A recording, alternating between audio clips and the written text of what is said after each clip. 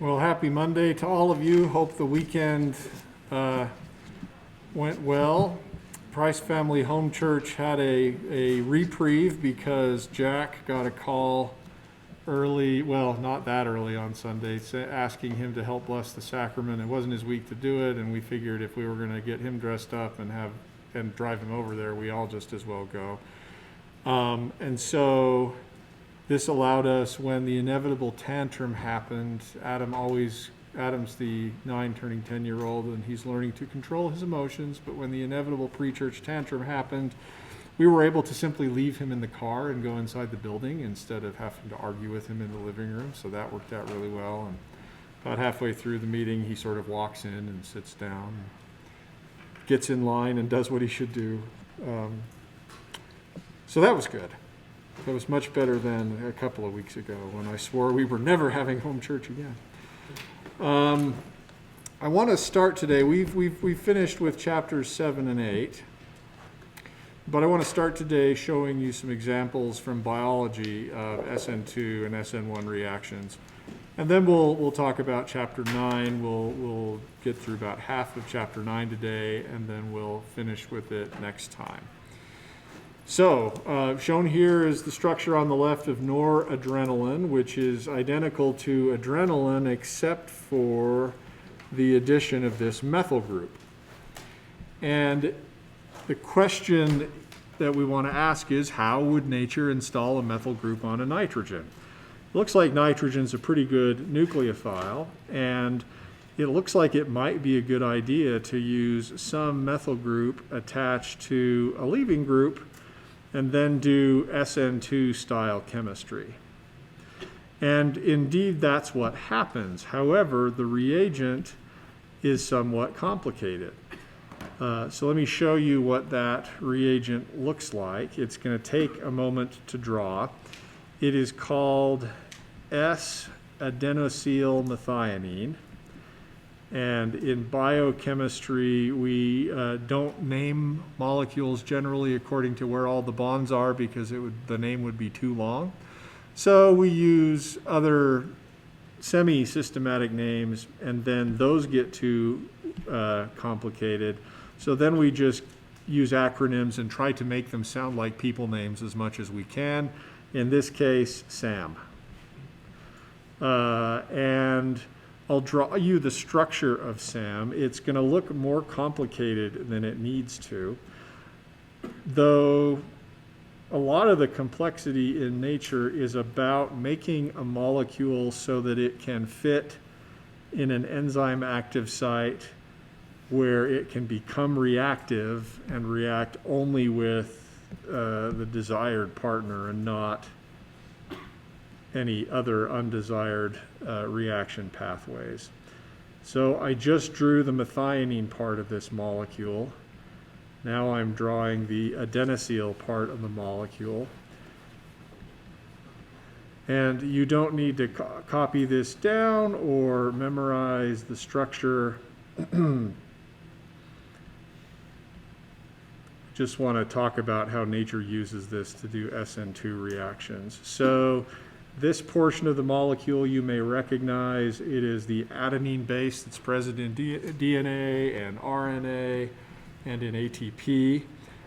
This portion is ribose, and together ribose plus adenine equals adenosyl. And then over here, this portion is called methionine. It's one of the 20 amino acids. It happens to be the one that the start codon codes for. But chemically, this thing is just CH3 attached to a leaving group. I neglected to point out that the sulfur in the middle is a positively charged sulfonium ion, because sulfur, like oxygen, when it's bonded to 3 things, should have a positive formal charge on it.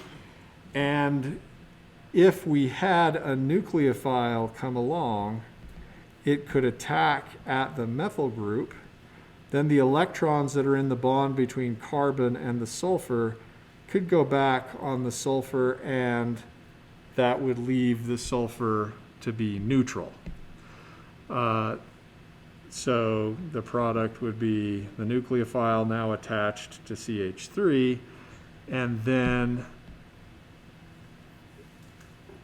everything else here, sort of the handle that the enzyme holds on to, could now be released as a leaving group, with the sulfur now being neutral. Once the methyl group is gone, this is called S-adenosyl homocysteine, and it's got to be recycled to become S-adenosyl methionine again. So this is what nature does, and in a sense, all of this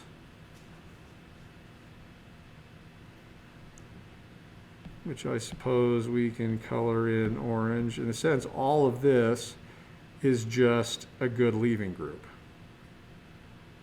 That's a lot more complicated than, say, a simple alkyl halide would be. So why doesn't nature just use the simpler methyl iodide? And the reason is selectivity. Go ahead. What is it that prevents the nucleophile from attacking the sulfur rather than the methyl? Why does the nucleophile attack at the sulfur rather than the methyl group? I don't know is the first answer. Second could be sterics. The methyl group is way less sterically hindered than the sulfur. Second, strength of bonds. The bond between the nucleophile and carbon is probably stronger than a bond between the nucleophile and the sulfur would be. And this way the sulfur gets released with a positive charge. If we attack the sulfur, we would have methyl anion leave, and that's a conjugate base of a terrible acid, so not a good leaving group.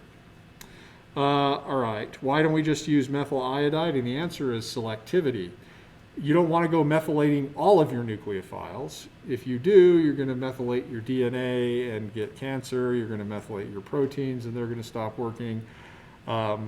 So the largeness of the leaving group is to get it in the right spot at the right time with the right reactive partner. This sounds like a marriage and family lesson, right? Right place, right time, right person. To get it with the right reactive partner, the right time, and the right place to make the right bond. And interestingly, notice that nature is able to modify the nitrogen without touching the oxygen. The oxygen's we've got 3 other oxygens here, each with lone pair electrons. The nitrogen is more nucleophilic because it's less electronegative than oxygen, so its lone pair electrons are higher in energy. Nevertheless, the methyl iodide would probably not be selective between the nitrogen and the oxygen, but this large leaving group can be, and that's in part because of how the enzyme holds on to it and positions it in just the right way. So that's a biological SN2 reaction. You don't need to memorize that. It's just an example for your own enrichment. Now I want to show you an example of SN1. And the starting material here is a kind of interesting one. It's called an isoprene, and that's neither here nor there, only it's a precursor for a lot of natural products that are called terpenes. If you've heard of turpentine, which is an oily mixture that you can get from certain kinds of trees, it contains a lot of hydrocarbon compounds that are derived from this and a similar precursor. The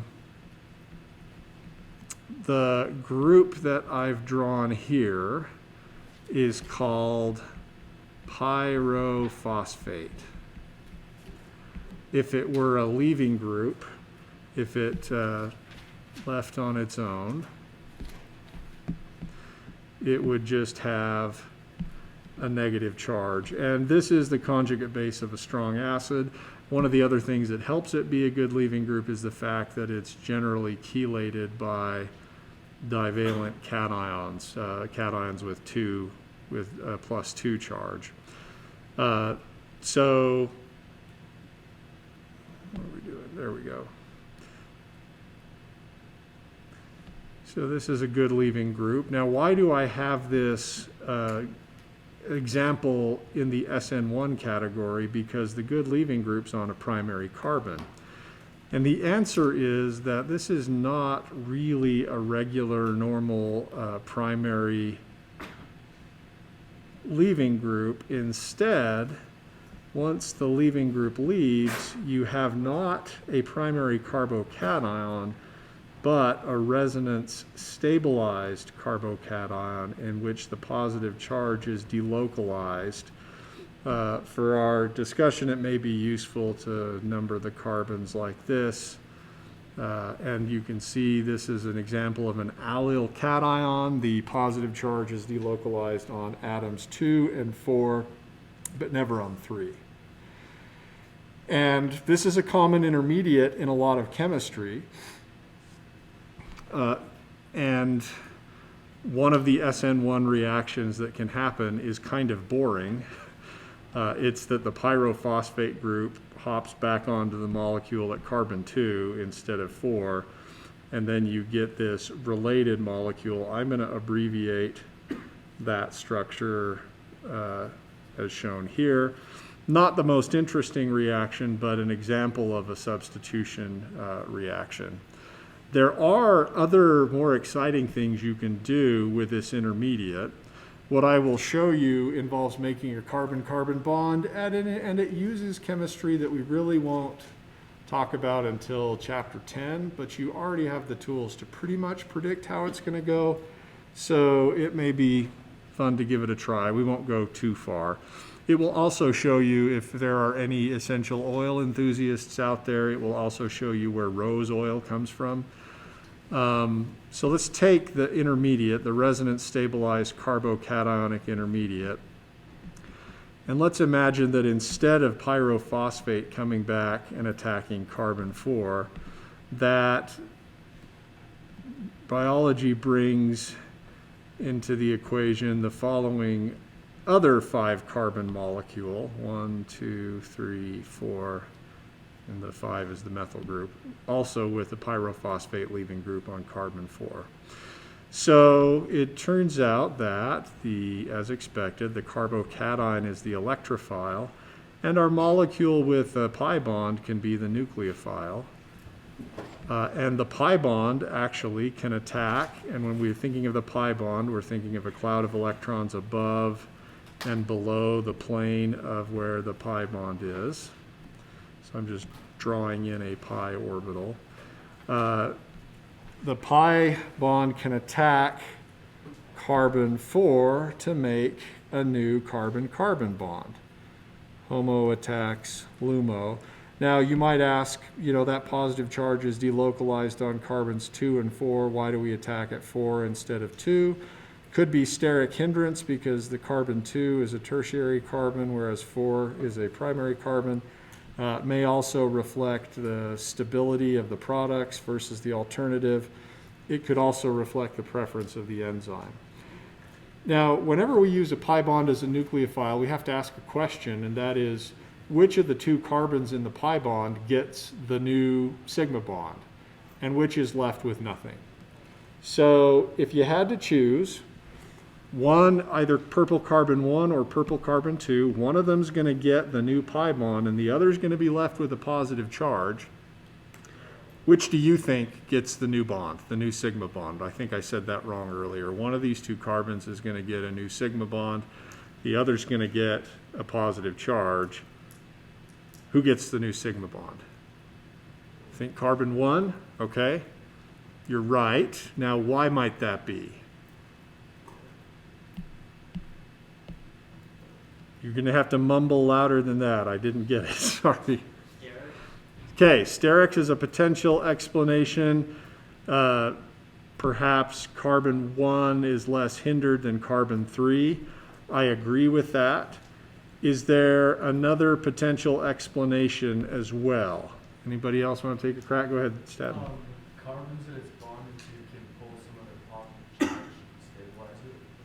Like that's 3 carbons. So if we have the new bond be with purple carbon 1, that would leave a positive charge on purple 2. And that's a tertiary carbocation, which should be more stable than, I mean, we don't have to draw it, but just imagine we had put this bond with carbon 2 instead, then 1 would have the positive charge, and that would be a primary carbocation, which is not a great intermediate.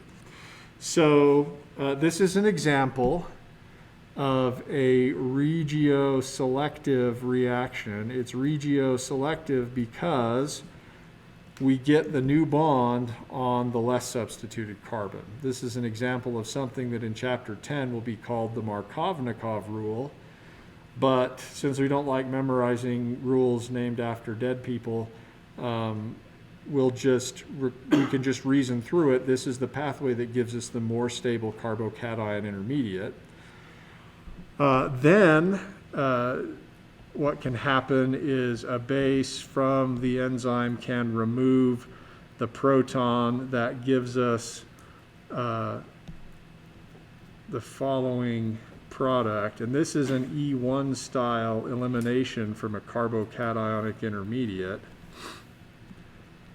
We form a new pi bond, and interestingly, in so doing, let me just highlight the bond that we formed. And here's the pi bond that we formed. When we eliminate one of the protons from purple carbon 3, that puts the pi bond in place such that now the leaving group itself is at an allyl carbon again, and this is now ready for a subsequent leaving group leaves to give a carbocation. This is called geranyl pyrophosphate, and it can be converted into the alcohol, which is called geraniol, which is rose oil. But it can also be converted into other more exotic things. For example, it can be converted into limonene, which smells citrus oil. It can also be converted into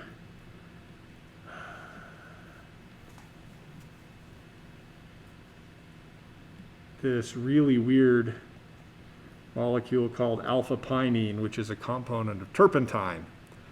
All sorts of same number of carbons, different arrangement of bonds, all from a positively charged intermediate that would come if that pyrophosphate group left. Don't worry about that. We'll learn some more of that a little bit later on, but nature uses carbocations in this way to create beautiful structures, molecules with interesting functions. And then about essential oils, let me just say I will try not to share my opinions too much. If there are essential oil enthusiasts out there, I say, good for you. The placebo effect is real. So go ahead and take advantage of it. Just please don't spend a lot of money on it.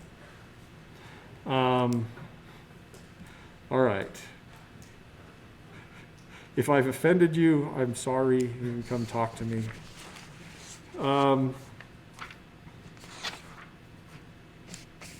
So in chapter 9, we're going to deal with alcohols as starting materials. And that's going to present an interesting problem. Why might we want to use alcohols as starting materials? Well, they're cheap and easy to make.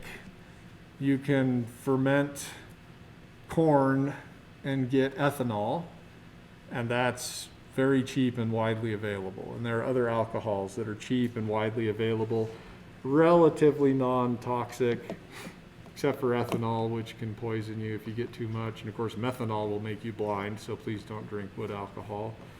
I had a friend in grad school that one night he was feeling sick, and he decided that he needed to disinfect all his glasses to prevent, cups, not his glasses, but his cups, to prevent reinfecting himself. And I don't think he was in a very clear state of mind. I think he was feverish.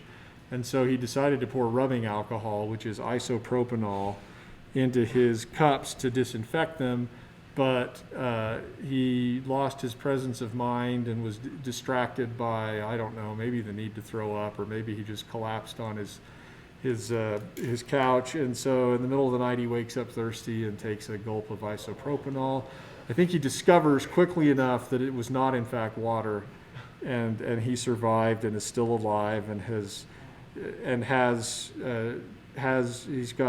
married, has a couple of twins, so there's no permanent, and they're healthy, so there was no permanent damage to anyone or anything as a result of the isopropanol. But you don't want to drink a lot of alcohols. I don't know why we're talking about this. Alcohols as starting materials, cheap and widely available, but they have a problem. Unlike the alkyl halides, the OH group is a terrible leaving group. So we don't generally see reactions where a nucleophile attacks in SN2 fashion and OH minus leaves. And we also don't see reactions where OH minus just up and leaves on its own to give a carbocationic intermediate. And that is because OH minus is, as I told your earlier hour counterparts, a terrible, horrible, no good, very bad leaving group. No? Nobody? Nobody recognizes? I mean, it's not particularly funny, but I'm just trying to see if you picked up it's kind of a terrible, horrible, no good, very bad book too. It's kind of depressing. Let's see. Why is it a terrible, horrible, no good, very bad leaving group? Because its conjugate acid, water, has a pKa of 16, which tells you that OH minus, despite having the electrons on electronegative oxygen, is still pretty reactive.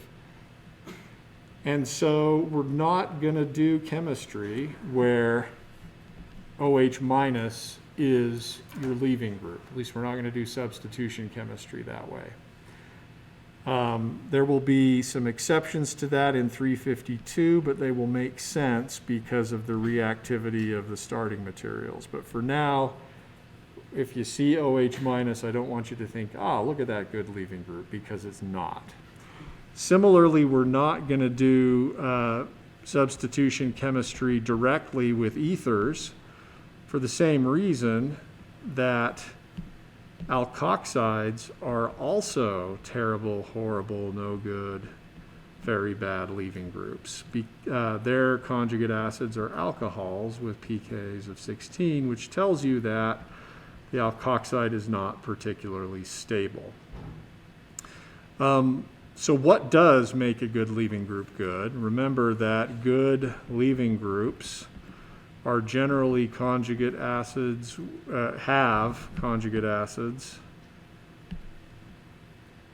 with pKa's that are less than 0. So on our list of good leaving groups might include things like Br minus or Cl minus, even water as a leaving group. All have pKa's, or all have conjugate acids, sorry, like HBr or HCl or hydronium with pKa's that are less than 0. So all of these are decent leaving groups. So one could ask, well, can't I just do something simple to turn the OH into a good leaving group? Why not add a proton? Why not use a strong acid, just like we did in chapter 3 or 2 or whatever it was? Why not let lone pair electrons on the oxygen remove a proton from HCl to give you an oxonium ion?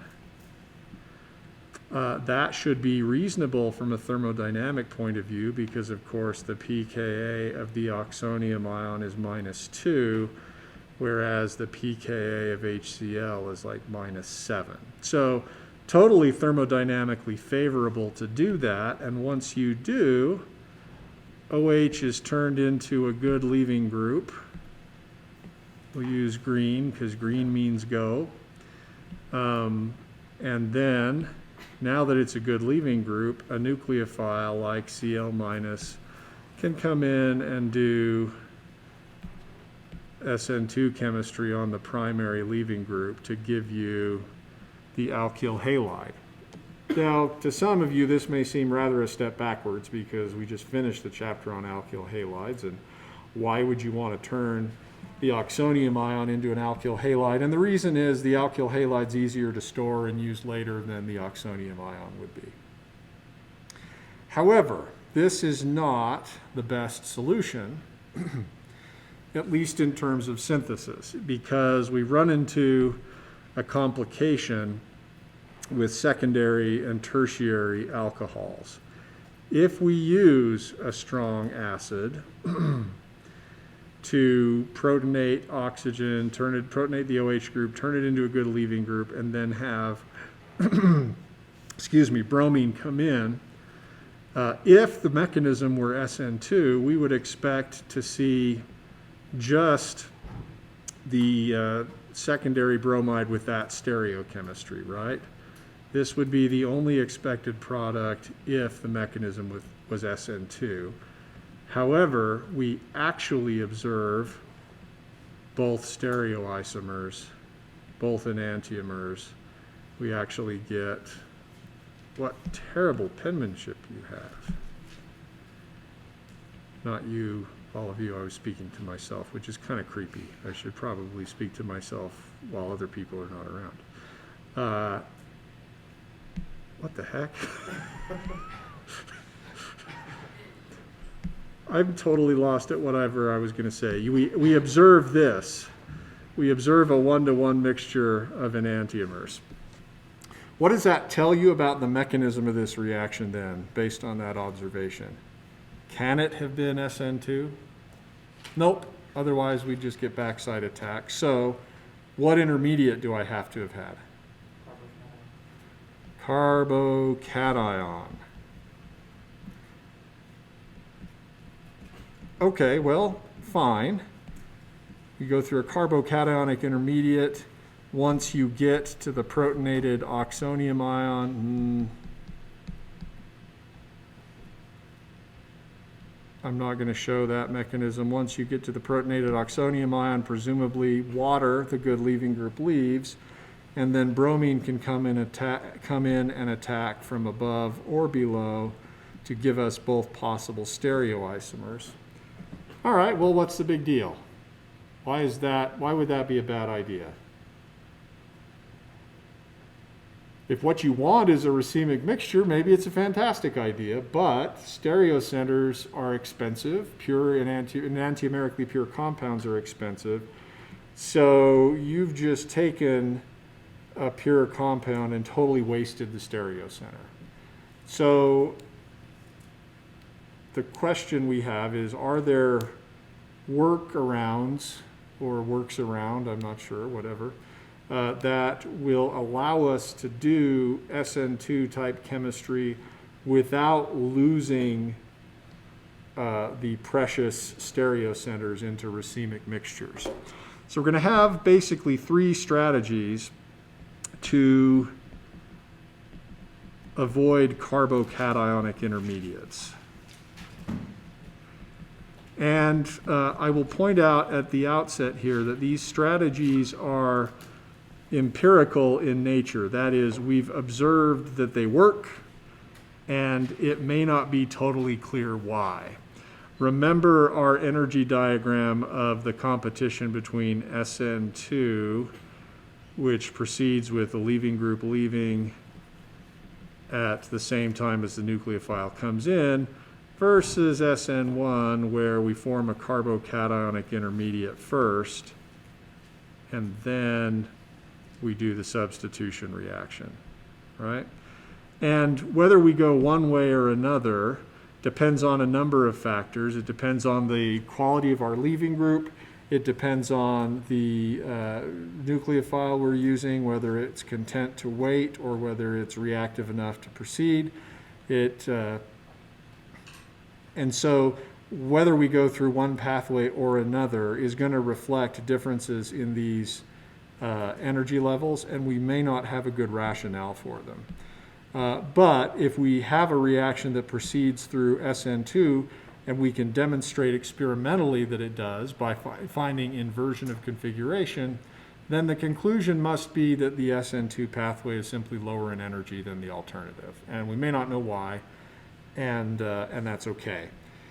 There are a lot of reactions in organic chemistry that work and are synthetically useful, and yet we do not yet understand all the intricacies of mechanism.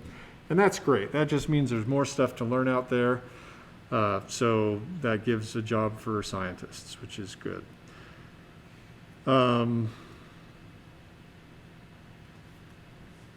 Right, so the first example of a strategy to avoid carbocationic intermediates is a new reagent called PBr3.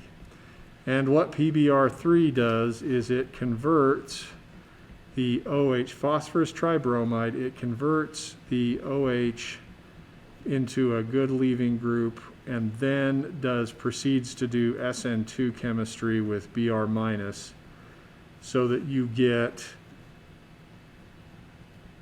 inversion of stereochemistry because of backside attack. So this itself is a substitution reaction.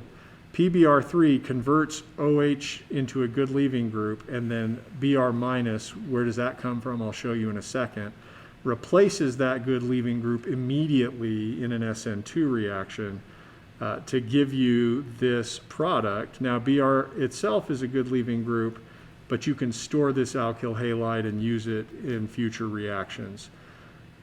So it may be cheaper in some cases rather than to buy the alkyl halide, to start with the cheaper and more easily available alcohol and then convert it into the alkyl bromide.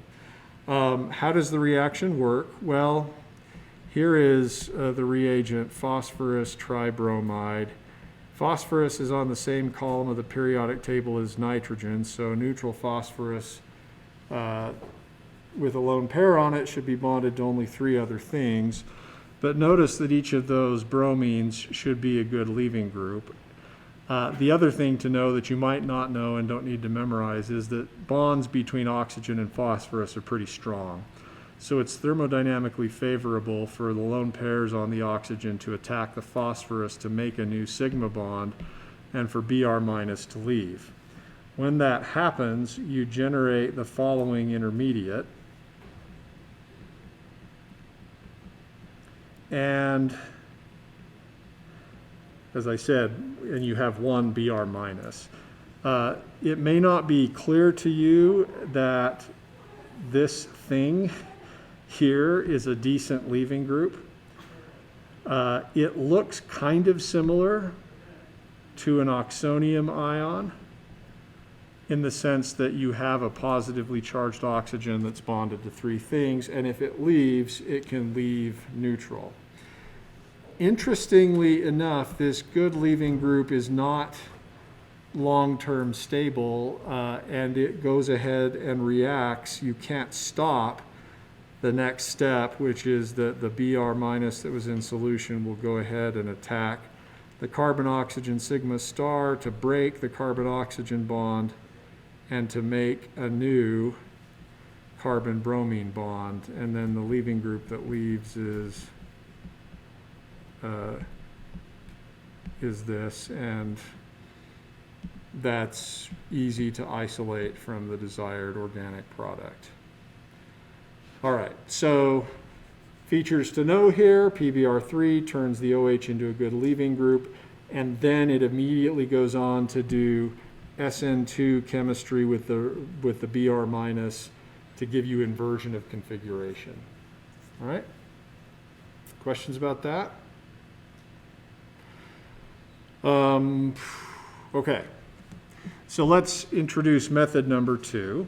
Why do we need another method? Well, redundancy. Why do you need 2 lungs or 2 kidneys, right? If one of them fails, you can still live. And in the same way with organic molecules, though the stakes are not usually as high, if you're doing a synthesis and if for some reason unforeseen because of other functional groups in the molecule, it doesn't work with one reagent, you can try another. So this reagent is called thionyl chloride, or just SOCl2. And this reagent has a sulfur oxygen double bond, and then the sulfur is bonded to 2 chlorines. And in a lot of ways, this resembles PBr3 because you've got third row heteroatom that's bonded to chlorines. Interestingly and empirically, they found that the reaction needs an additive to work at decent yields. That additive is pyridine, which is an example of a non-nucleophilic base. That is a base that doesn't like attacking alpha carbons. Some of you may wish to know why. I will just say that if pyridine did try to do an SN2 reaction, it would be positively charged. The nitrogen would be positively charged, and a nucleophile could just come in and remove the methyl group anyway. So you can put pyridine on your list of non-nucleophilic bases. And it's just found you need this empirically, you need it to have the reaction go. That being said, that's not going to be a decision point. I don't anticipate putting as an option on the exam SOCl2 or A, and then B is SOCl2 and pyridine to see if you remembered what I said about needing pyridine, because I'm not that interested in whether or not you can remember stuff or whether you can look stuff up. I'm interested in how you think. So let's show you how the reaction works. This is SOCl2. We can take the same alcohol. You can use SOCl2 and pyridine, and you can replace the OH with the chloride. You get SN2 with inversion of configuration. The mechanism is similar to that of the PBr3 mechanism. We attack the sulfur chlorine leaves. We make a new oxygen sulfur bond. In so doing, the oxygen becomes positively charged because it's bonded to 3 things. This now becomes a good leaving group. What happens next, I'm going to show you in a simplified way that may gloss over some things that are that happen in reality, but I don't really care. Chlorine attacks the carbon-oxygen sigma star, and the leaving group leaves, and that gives you your SN2 product. After the fact, and this is just for your information only, and shows you what the pyridine might be useful for. You don't have to know this, but pyridine can act as a base to remove the proton from the leaving group. When that happens, the electrons here kick down to form a new pi bond, and the leaving group leaves. It's kind of an E2 style reaction if you look at it, but the products of this would be the pyridinium conjugate acid, Cl minus, and then SO2, which you may know is a gas and can bubble off, and the reaction's therefore irreversible. So perhaps that is why you add the pyridine, to make the reaction flow steadily and rapidly into a thermodynamic sink, which is the gas increasing in entropy as it is released from solution and goes off into the air. You don't need to know this stuff. That's just for your information only. Over the summer, last summer in 2020, we were all at home. We spent evenings watching the old ABC show, The Middle, on Amazon. There's a character named Axel who's something of an idiot, but a good-hearted one. And instead of saying "for your information" or FYI, he says "FY your information."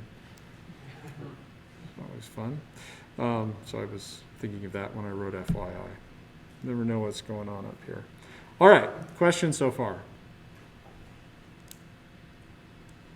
Yeah. Are we going to have to know certain situations where one of these might be better than the other, or do we just need to know that all of the ones we're going to learn are used for this? So are you going to need to know when you would use one versus the other? No, you'll need to know how to use each one and what the mechanisms are, but there won't be a case where choosing one is right and the other isn't. They're basically interchangeable. Yeah? I have 2 little questions. Can the thionyl chloride be used without pyridine, And then also, are other reactions like reversible, like the one previously with PBr3? Is that a reversible reaction? Okay. Gas lead? Yeah, it's a good question. In class, the question is, does SOCl2 work without pyridine? Answer is, I don't know. Go ahead. No, it's a different question. I don't know. Okay. And then also, are there cases, is the PBr3 reaction, for example, reversible because it doesn't use pyridine or because it doesn't evolve a gas? I don't think so. I think it's still probably downhill in energy. There are some reactions that happen to evolve a gas and are way irreversible, but in general, any reaction that's sufficiently downhill, that is exothermic, it's really hard to go back up the other way. There's a question in the chat about, would you also possibly use SOBR2? Don't know, haven't heard of it. My guess is that would be more reactive than SOCl2, so it might actually be a more difficult reagent to deal with. We could look it up to see if it exists, but I don't know. All right, I want to think about now using this strategically in a synthesis. So I'm going to draw an alcohol starting material, and I'm going to draw an azide product.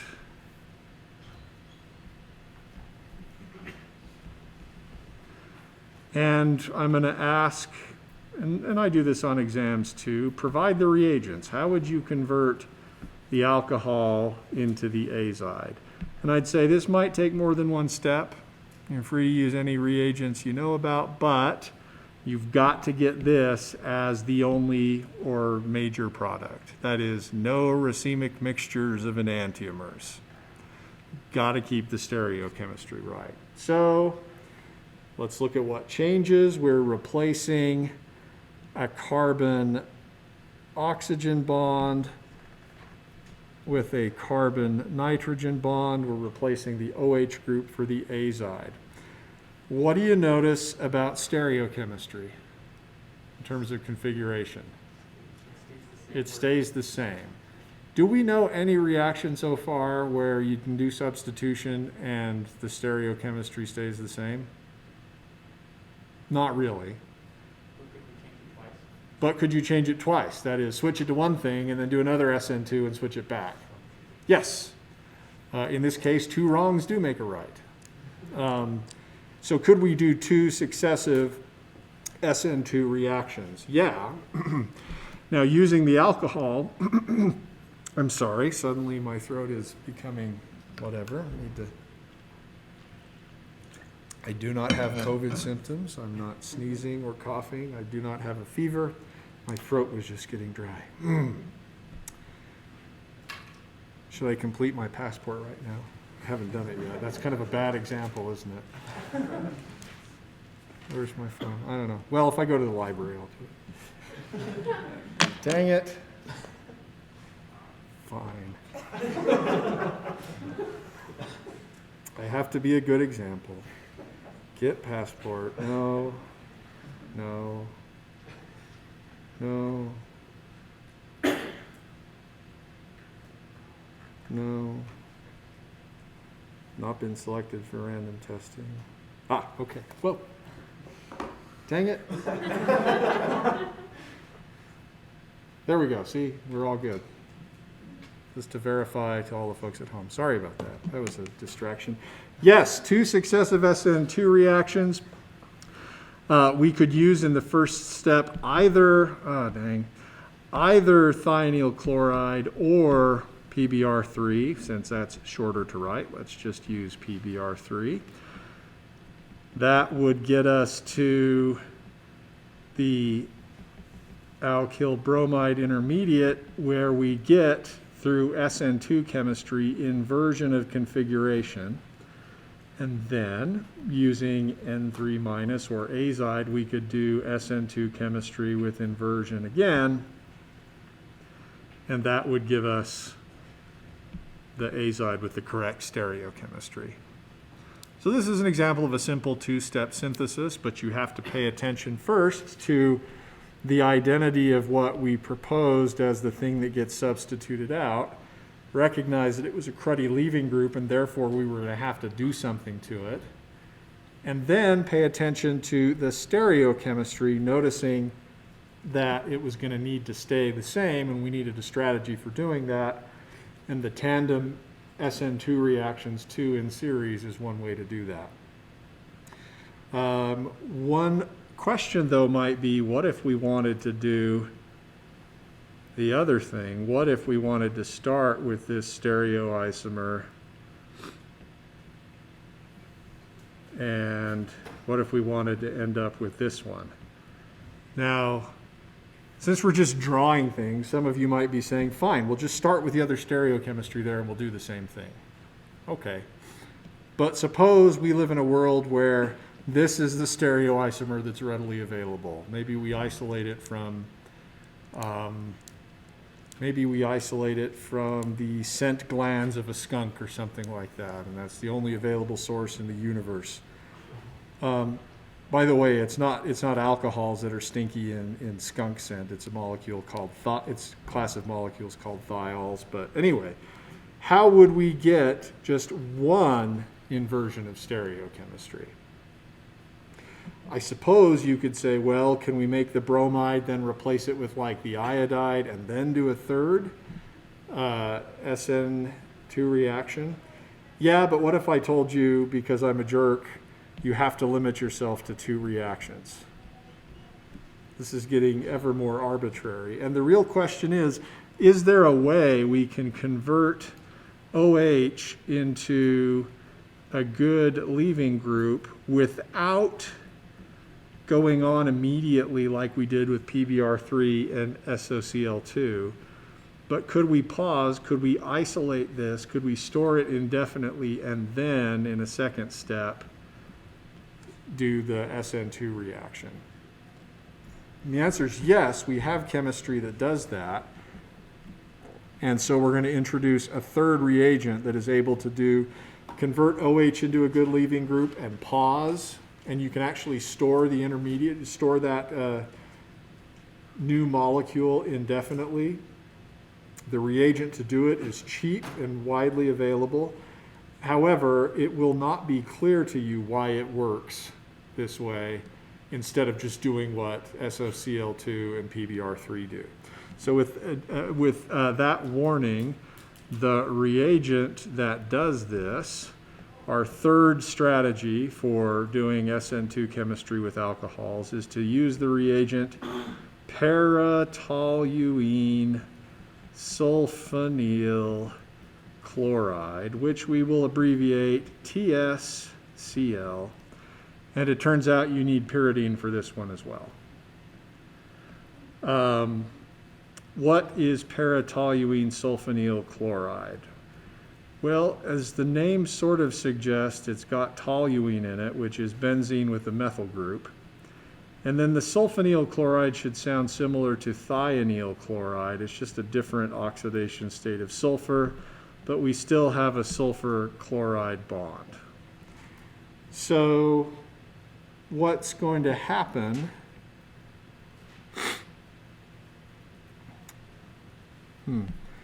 Maybe I should draw our complicated starting material. What's going to happen here is exactly the same thing that happened with SOCl2. That is, oxygen will attack the sulfur to make a stronger oxygen-sulfur bond, and the weaker sulfur chloride bond breaks. We get an intermediate that looks like this.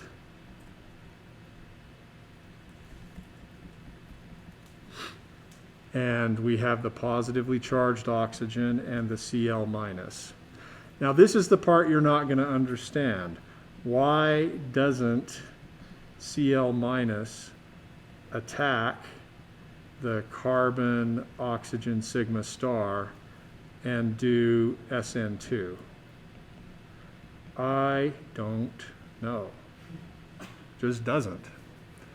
Instead, what happens is pyridine, the pyridine that's present, removes a proton from the oxygen, which makes it less of a good leaving group,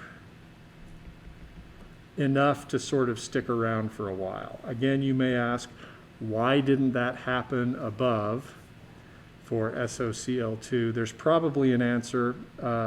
It probably reflects the fact that with the thionyl chloride, once the pyridine did remove the proton, there was a pathway that liberated SO2 and made the reaction push forward. In this case, there's no way for that to happen. And so the product of this reaction is just the modified alcohol and then the pyridinium chloride salt. This product is called a tosylate because you have the toluene sulfonyl group on the oxygen, and that's what tosyl stands for. We'll pick up with that next time.